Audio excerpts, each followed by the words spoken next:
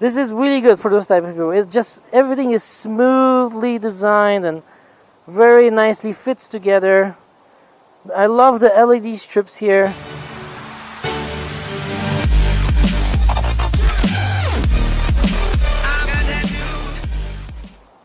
Welcome back, YouTube. We are here at Edison Motors. Yes, back to the owner. Yeah. Yes, so, okay, I'll explain everything about the bike. This is their pre-production bike, so it's not 100%, but it's still ready to run. Let's look here at the bike. They kept some of the designs from the concept, which I went to Bytech. We have the swing arm, which was custom designed. Belt drive in the back there, mixed with the brake system. Batteries under here, motors over there in front of the swing arm. And this type of suspension system, I really like this one. And they kept it. I really like it. And they also kept the daylight running lights, which when you do a turn signal, we'll show you here. Yeah, it does this. It's really cool. So this is the Edison Volta. They gave it a name, the Volta, and this is the S model. We can see here Volta S.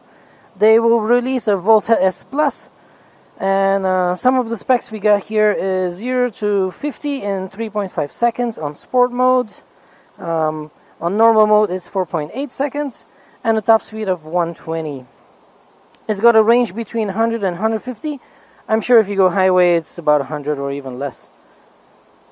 The system is a 72 volts type of system, and a 3.5 kilowatt hour battery pack. Yeah, this is the key card, so you don't need a key for this bike. You basically swipe the key under the screen and it turns on and you got ready to go. Yeah, so I'm gonna keep away this key, jump on the bike. Alright, how does it feel? Feels good. I'm not used to scooters. I'm used to like sportier bikes. This is kind of like different for me. It's a bit wider for your legs. When you're standing like this, maybe if you move forward. Yeah, now it feels a bit more natural. Yeah. So yeah, here's the screen that is controlling the system. It's still not 100%. They're still developing more and more before they release it in January next year of 2020. You got eco mode, you got sport mode, you got reverse function. Yeah, reverse. See, it's not aligned, so they're still gonna fix some things. And you even have the drive mode, which now is able to go. Let's take it for a spin. That's all we gotta know about this bike. Yes. So it's got smooth power delivery. It's very, very smooth. I think that's the reason of the belt drive. Sun shades on. Yeah, it's a bit on the hard side because they lowered the suspension a bit. But good acceleration. We did 40 already.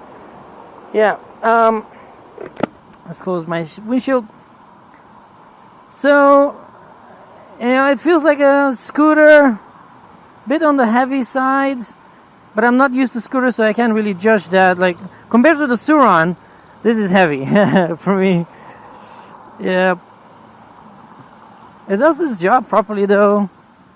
Let's see acceleration. Whoa. It's got really, really good acceleration.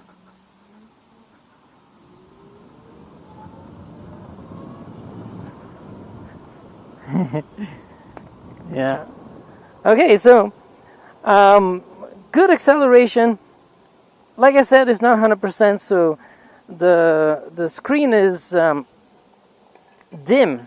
You know, it doesn't have adaptive brightness. They're using a phone to use the infotainment screen. Other than that, it's really smooth. Finally, I'm able to test drive this. Yes. I don't like these giant mirrors. They're super close to you. Like, yeah, it's kind of weird. Super close to your body, so it's kind of awkward to look at them. But the visibility is great. They're very big, so you can actually see a lot of things. I'm sure people will get used to it. I really like the suspension though. It's nice. It's soft. Your feet here are, you got like some rubber fins so you don't slide with your feet. Yeah, it feels good. Let's go.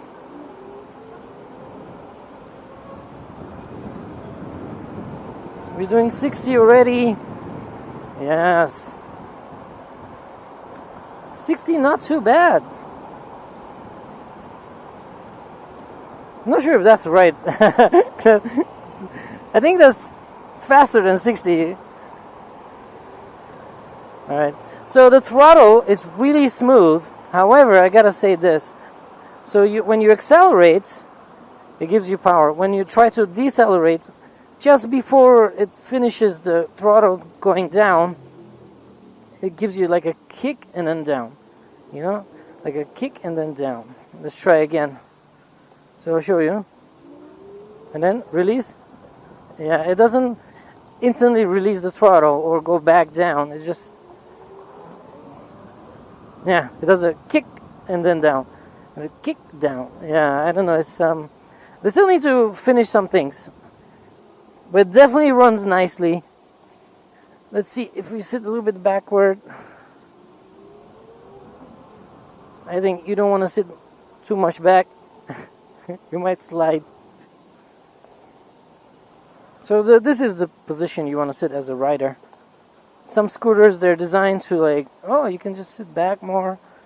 Not on this one. The carrying capacity of this bike, in terms of weight, is 350 kilograms. That is a huge amount. We're talking about 4 people, you know? 4 people can sit on this bike if each were 70, and that's 280 kilos. You still have stuff, you can still put stuff inside the trunk.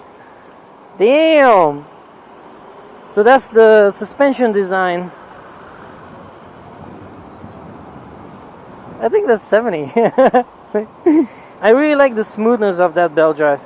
Back when I had my Zero, it was belt drive, and it was very, very smooth. It has a really nice sound. I'm not playing with full throttle, it's just I want to hear the sound. Yeah.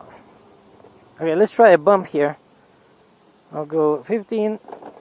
Ooh. So hard suspension. Yeah, I guess it's like being able to carry so much weight, it becomes like a pickup truck. Like the suspension is really hard. But he said, yeah, they will change these things and make sure that everybody will be fine. And you can customize it any way you like. It doesn't have regenerative braking. On the other prototype I tested, they have the blue one over there. It has regen. Let's try regen. No regen! No regen. I'm sure they haven't activated it yet. Regen is a must for this bike, man. Really great design in my opinion. It's not my style of bike. I'm more of a sporty or naked bike type of guy, but this, you know, like I see a lot of people like this type of seat position and classic retro design, and I think, yeah, that's what they want to see. Yeah. This is really good for those type of people. It's just, everything is smoothly designed and very nicely fits together. I love the LED strips here. Let's see how we open the trunk. You press this button here. That clicks this open, and then you just lift up. Yep. So here's the support bar that's, you know, for seating people. Here are the pegs for the second person, passenger. And here's the giant storage area. And this is the charging port. So then they said they will add some USB stuff here. You can leave, you know, whatever technical devices you have. And yeah, it has a huge amount of space. A huge amount of space. Yes, and then we just tap it closed. I really like how low it is. I hope they offer that, you know, for people, maybe the sports model. They did mention in January they will offer our version, so that would be awesome. Brake system here, they're kind of small in my opinion, but I think they will work, they will do their job if the regen is activated. The belt drive is super quiet. I like that about this bike. It's really good. It gives a different sound to the whole bike riding. I'm not sure you heard it, but it has this like different electric sound. It's very interesting to see all these companies doing electric, even myself, and every motor has a different sound. It's pretty interesting. This is the LED bar. It's got some light here for the number plate, and it goes all the way around. The lights come on when you press the brake, so they flash a bit and then they stop at full load. The reason why they flash is if you turn on the lights will be this, and then you can't see the difference between braking and non-braking, so it needs to flash a little bit. So they will offer this bike with two different systems actually. The battery pack is here. They're not allowing me to show it on video. It's still under development. But basically they said it can come with one small battery pack, half the size. Then you have another space for another battery pack. Both can be removable. Or it can come with a built-in full pack, removable. Or it can come with built-in pack, non-removable, but with cooling system. So there's all these different ways of designing the bike and the functionality. Different people need different things. Okay, so I'm walking in the shop. Their design studio, 3D printing, all of that is there. But first we go to the pricing. Yeah. We got the cheapest model at 95,000 baht, which is $3,000, something like that. And then it goes up to middle part, and then the S model and the S Plus. So S Plus will have the biggest battery pack. The S and the S will have also the highest performance. So this is a technology, so I would advise buy the best of the best always, in my opinion. You know, why go for a lower model when you can get the best stuff for not that much more? The Volta S Plus will go for 130,000 baht, which is just over $4,000. Not bad, man. Not bad at all. It's a good price point. It kind of is the target of the Thai market. Yeah, and I really like that suspension design. It's very unique, very different. It's definitely going to stand out in traffic. So this is the Edison Motors. If you're interested in getting one of these bikes, come to Rama 9. Write down Edison Motors on the Google Maps. It will show you the directions. You can see them on January 15th, 2020 at the Motor Festival. They'll be there. Coming soon to Thailand next month. Edison Motors.